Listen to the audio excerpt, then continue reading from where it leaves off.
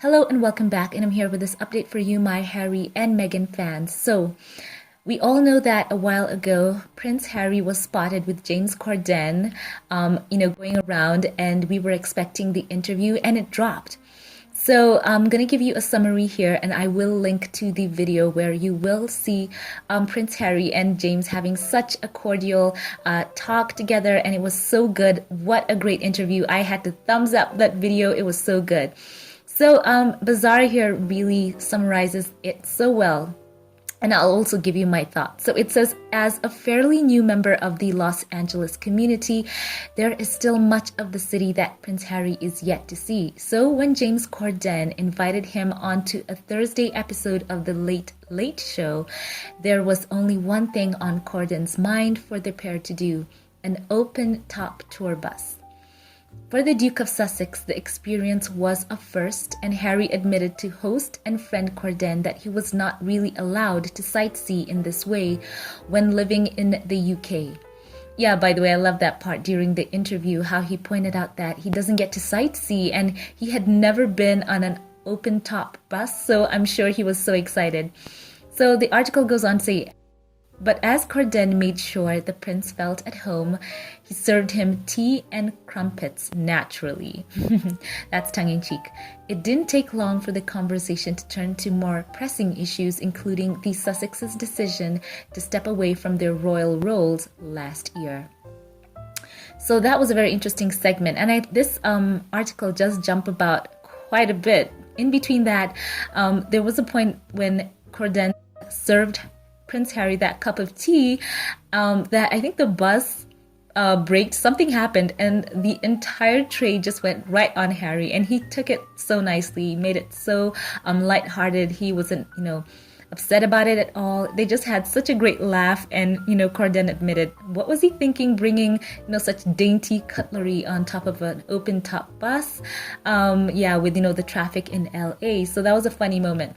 So, okay, the article goes on to the more, weighty part of the interview, and he asked him about stepping away from their royal roles. So the article says, we all know what the British press can be like. This is what Prince Harry answered, and he said that it was destroying my mental health.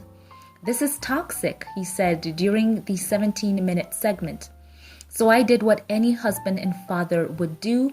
I need to get my family out of here.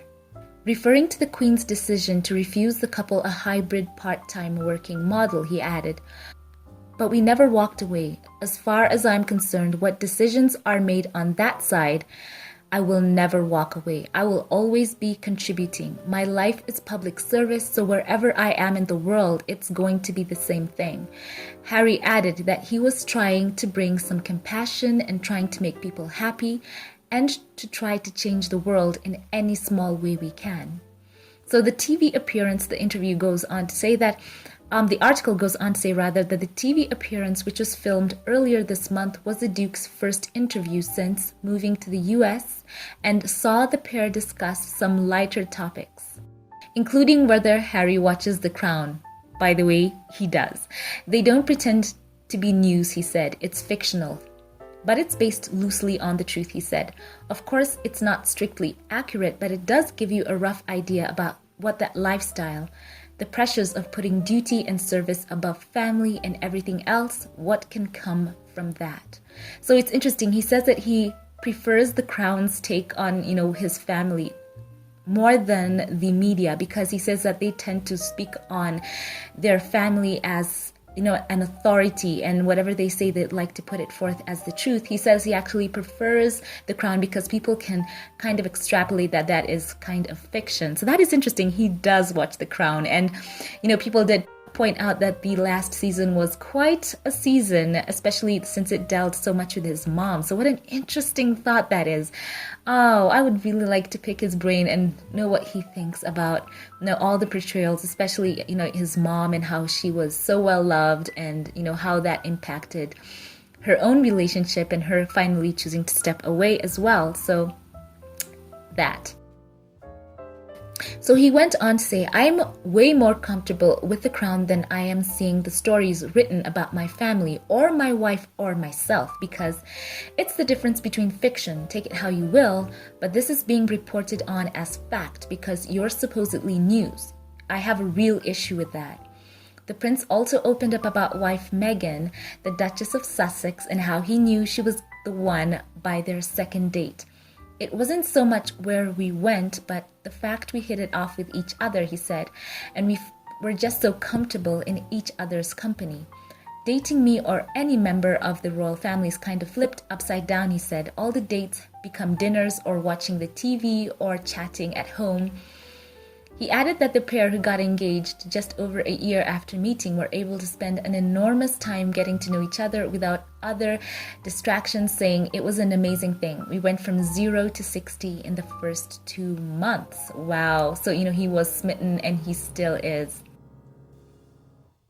So naturally, as a proud father, it didn't take long before the subject turned to Archie, who Harry called hysterical. He has the most amazing personality and he's already putting 3 or 4 words together. He already sings songs, he said, adding that his son's first word was crocodile.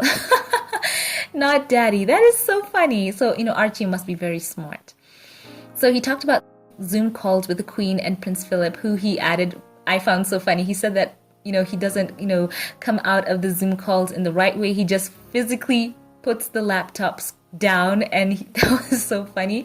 And the funny detail about how his grandmother, the Queen, bought Archie a waffle maker, and he talked about how he puts yogurt and berries on top. And it's just so heartening to see Prince Harry being so casual and trying to even figure out whether that's the right way to do it. So you can tell he's very hands-on in his breakfast preparation. So I found that very sweet as well.